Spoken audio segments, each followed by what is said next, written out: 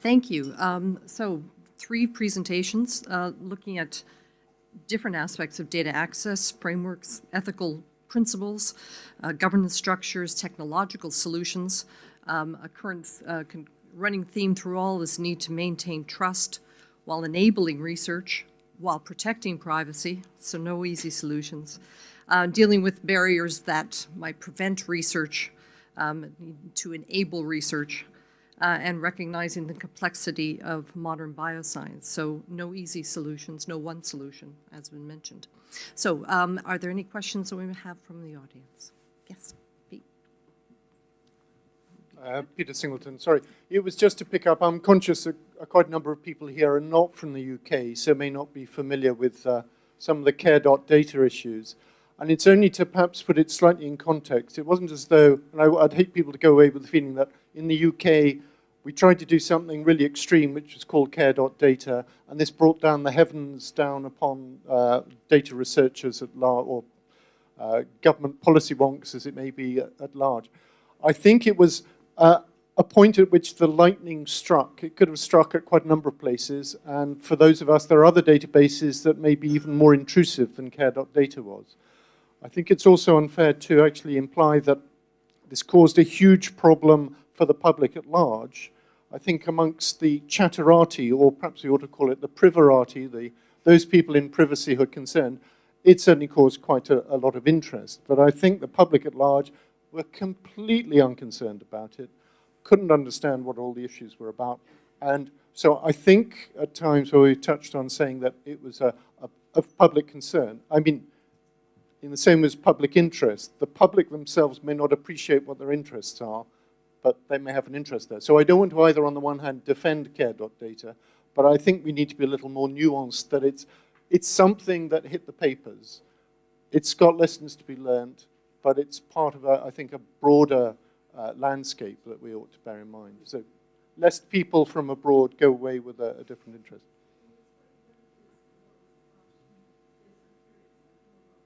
Oh.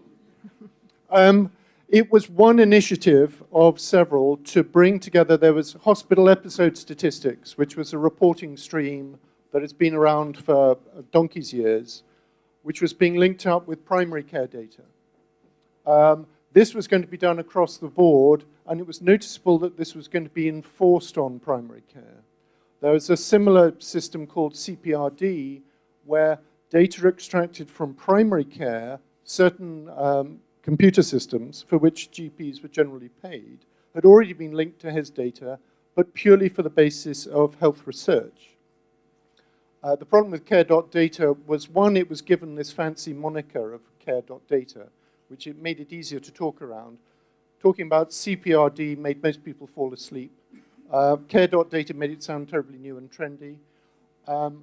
It wasn't well communicated as to what it was for, and was generally seen as some sort of government initiative to find out more about people without any clear objective. So I think if they'd put more emphasis on that it was about care quality and the like, they might have done a better job in communication. So there were all sorts of things that went wrong and would explain why the lightning struck where it did.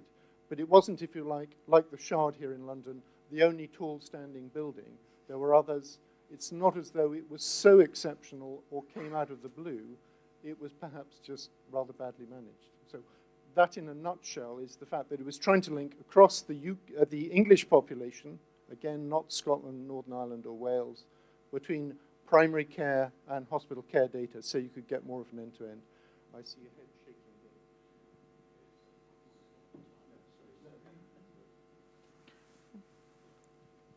Well, first of all, thank you very much to the panel. That was a wonderful session. I'm Elena Bux from Kiel University. I'm a bioethicist in Germany, but until a couple of years ago, I had the pleasure of working for the National Council on Bioethics. So Martin, can I just say, I remember being part of the scoping process for this project, and by council standards, 1 year is a very short project, and I'm in awe that you've been tasked to do this in such a short period of time. So good luck to you. This is certainly very ambitious. You mentioned something in passing, and I might have misunderstood you, so bear with me. But what struck me about a point that you made in explaining the fact-finding process and what you had looked at, was that you said that you had tried to have a look at the harms that might have actually happened to privacy. And so I have a very general question that has been in my mind throughout the whole meeting. So there certainly is not a lack of regulation and governance in the area of biobanking, and we can sort of see there's a great awareness of that we need to improve on governance, and that we can learn from Biobank, UK Biobank, how they have done it, and we see that in the European context, regulation might get stricter and stricter, and so my question is, over the last decade or so, ever since there has been this very strong awareness of that we need to minimize risks and that we need to protect individuals and safeguard data and so on, have there actually been instances of real harm? So, I mean, against what do we actually do all of this? Why do we do all of this? What's the other side of it? So could you explain a little bit of what you found, what kind of evidence you found there of poor practices or of the actual harms that might happen to people that were governing against, if you will?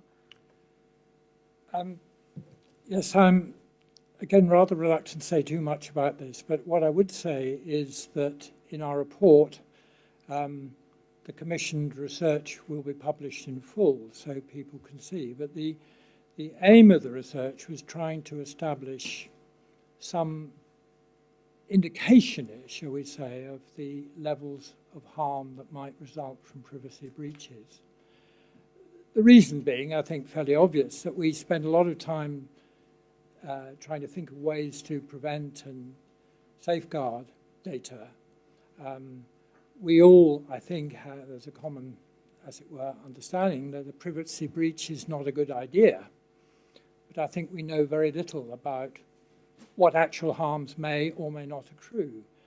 I would say also it's not the only area of harms which I think one needs to investigate. I mean, there's another area that I think we haven't been able through this work to look at, but there are the harms that may accrue from the failure to share and reuse data. Much more complicated, but I mean, we've clearly talked here today about the, for example, the proportionality of governance and so on. But there is that side of the equation that I think we have to think more about as well. But sorry if you feel I'm evading your answer, but when you see our report, the research that we commission will be published and it will be available there for all to see. And I think Jasper was next, and then Paul. Jasper.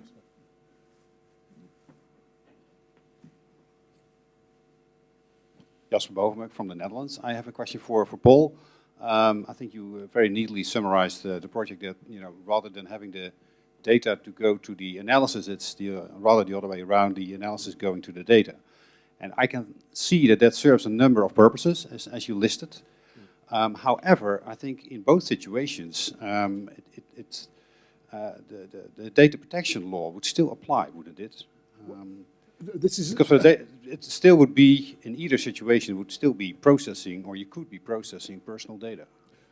basically whether or not the particular laws that it may or may not impinge upon, or the other governance restrictions it may or may not impinge upon, will vary a lot from setting to setting.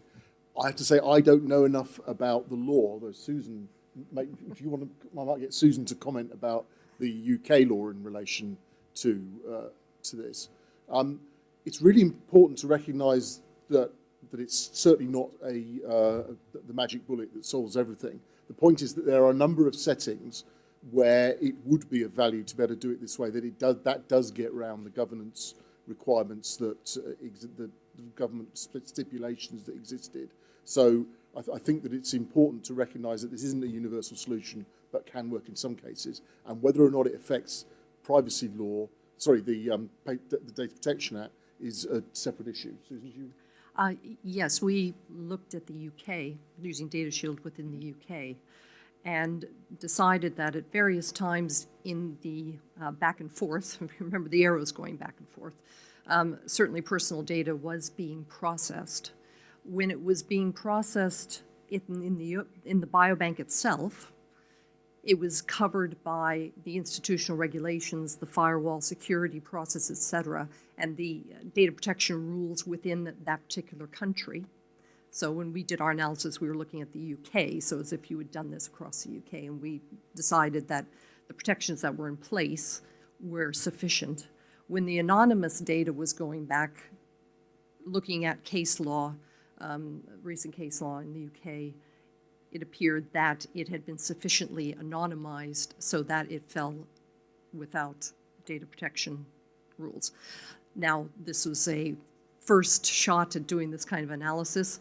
You and I have talked, and we'll be looking at thinking about doing this in other countries because this is an international project. And it's definitely an issue that any other lawyers and others that looking at this kind of issue would take a look at, because it's an interesting kind of case study.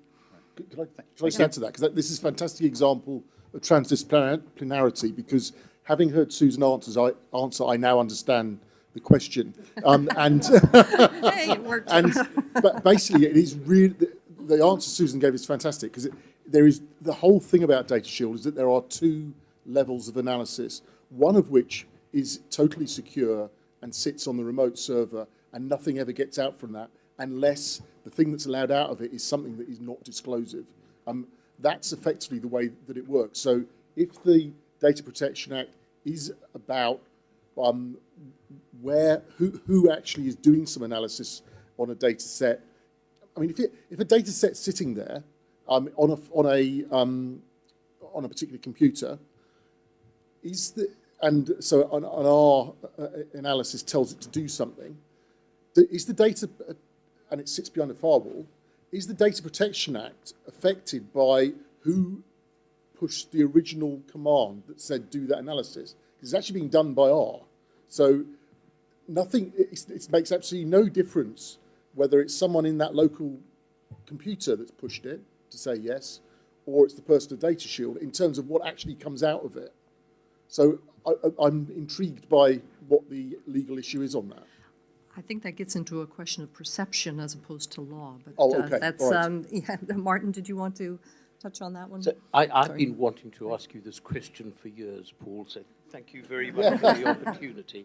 So is this whole business essentially a stratagem for getting around some slightly inappropriate legislation which doesn't recognize the realities of data analysis, or does it have some other merit which is over and above that? Yeah. Because it seems to me that there are two models. One is the one you've given us, where the person whose data is being used, either the donor or the people responsible for the data, have to trust your algorithm to not do anything that it shouldn't do. Yeah. The alternative model is that you ship all the stuff off to a central server, do your joint analysis, and everyone promises blind to do just that, nothing but that, and immediately destroy it, and you have to trust them. Yep. And in both cases, you're trusting people to do what they've said they're going to do.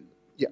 And in fact, a question that you have asked me before, which is also relevant to this, is the question of whether or not you could ever get to a situation where you so trusted everything that you didn't need to have any form of additional governance beyond the actual thing itself. Now, it seems to me that, as I hope I demonstrated, there are a number of different reasons why you might choose to use Data Shield. And the any system you have, I agree with you, you've got to have trust. I mean, basically, that there is no absolute protection under any circumstances to things. There may be privacy release problems that you hadn't planned for, and they may occur. So there's got to be some trust. And one of the backups to that, of course, as we've discussed in EGDA, is the fact that there have to be clear agreements that have been signed and potential sanctions. So nothing changes from that. What there can be, however, is that Data Shield, on the ethical governance side of things, it realistically could reduce the bar in terms of being able to accept an application more quickly. And in fact, the best example for that, in my view, relates to the simple release of summary statistics, right? So that there are sometimes people argue after Home Retail that you shouldn't release summary statistics. Now, if you use Data Shield to release summary statistics, first of all, you can be sure that nothing will be released that is the raw data. You can be sure that nothing will be released if it's potentially disclosive.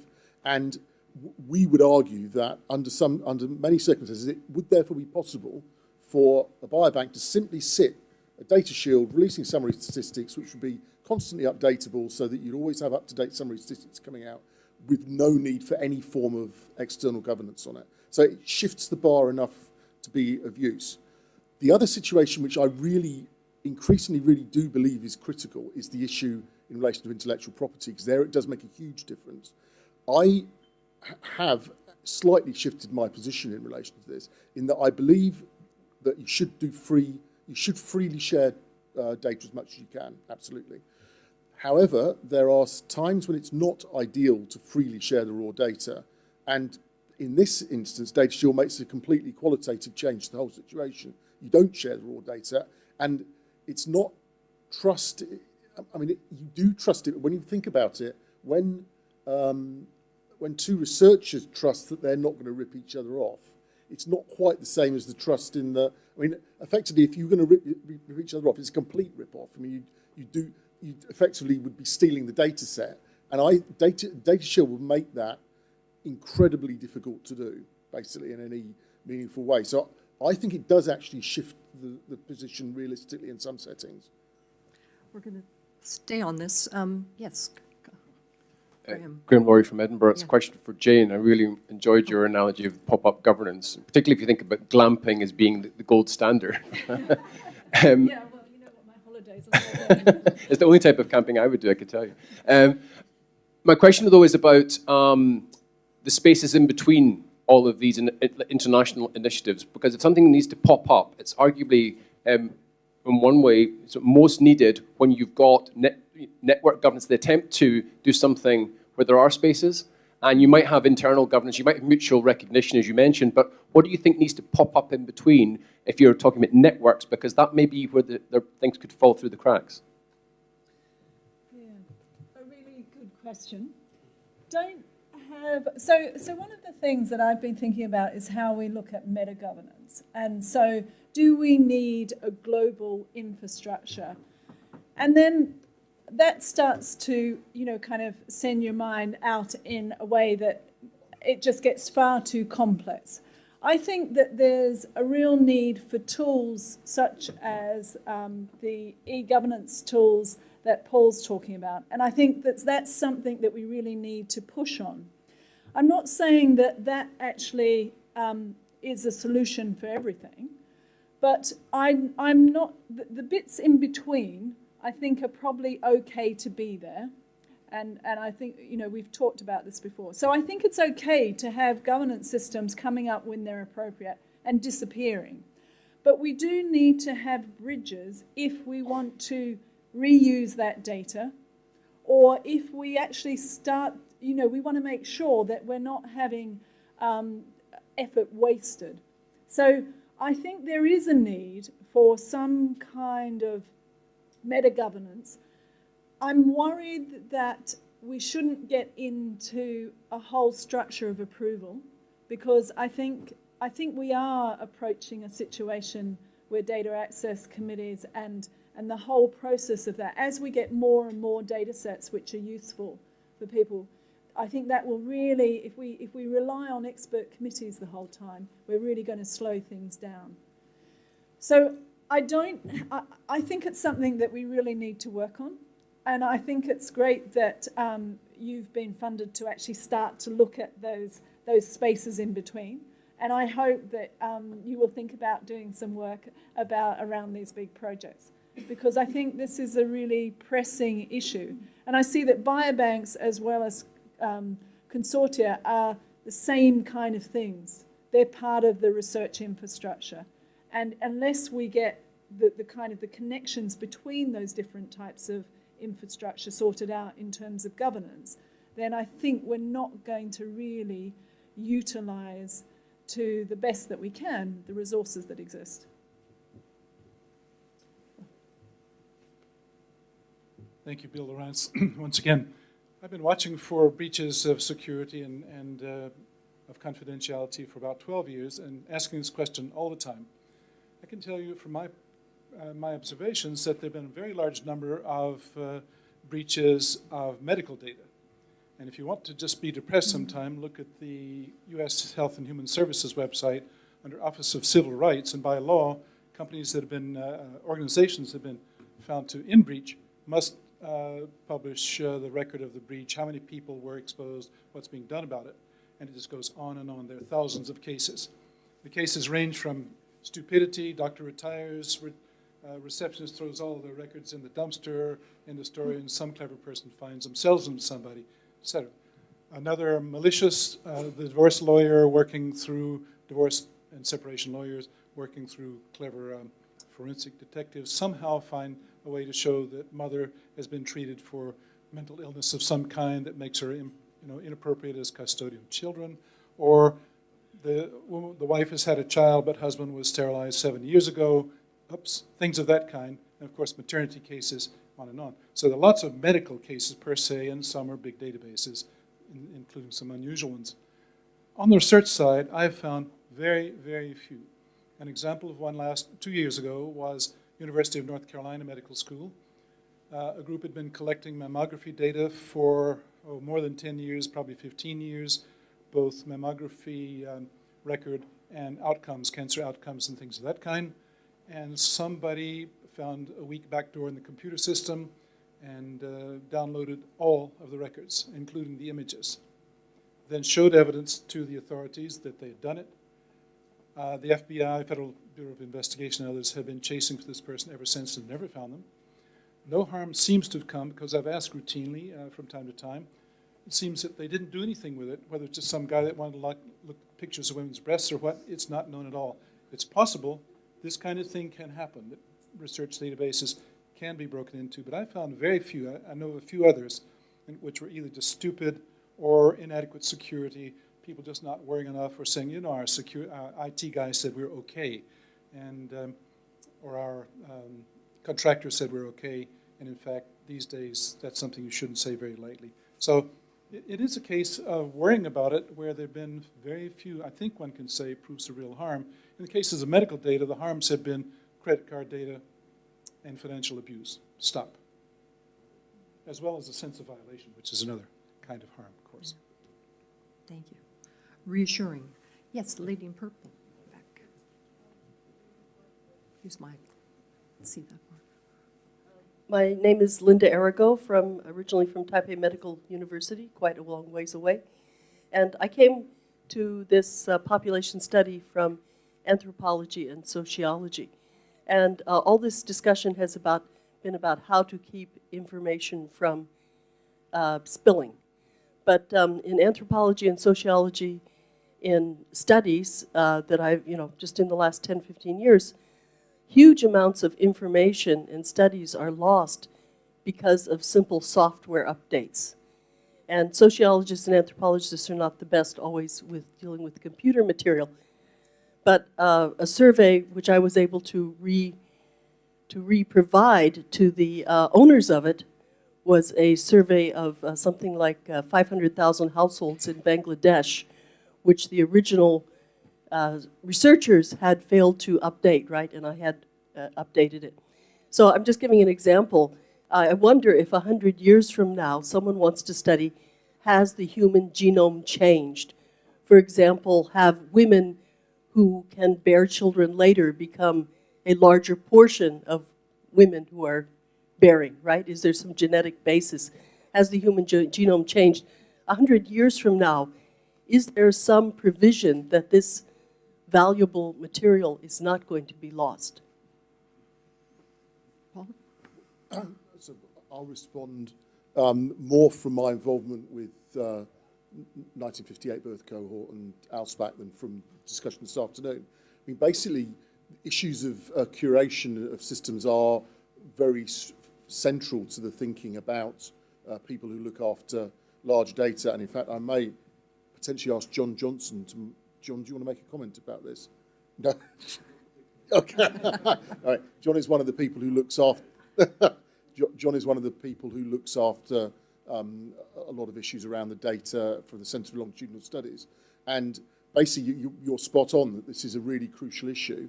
Also, you're spot on that we haven't dealt with it as much as we should have done in the past, but I think it is increasingly being recognised how critical it is. And I'm sure, for example, that UK Biobank has it as a central issue that they're thinking about all the time. Do any of the other panelists want to speak to that? Any last burning questions before we have a cup of tea or coffee? Okay, thank you very much, and let us thank our speakers again for their presentations.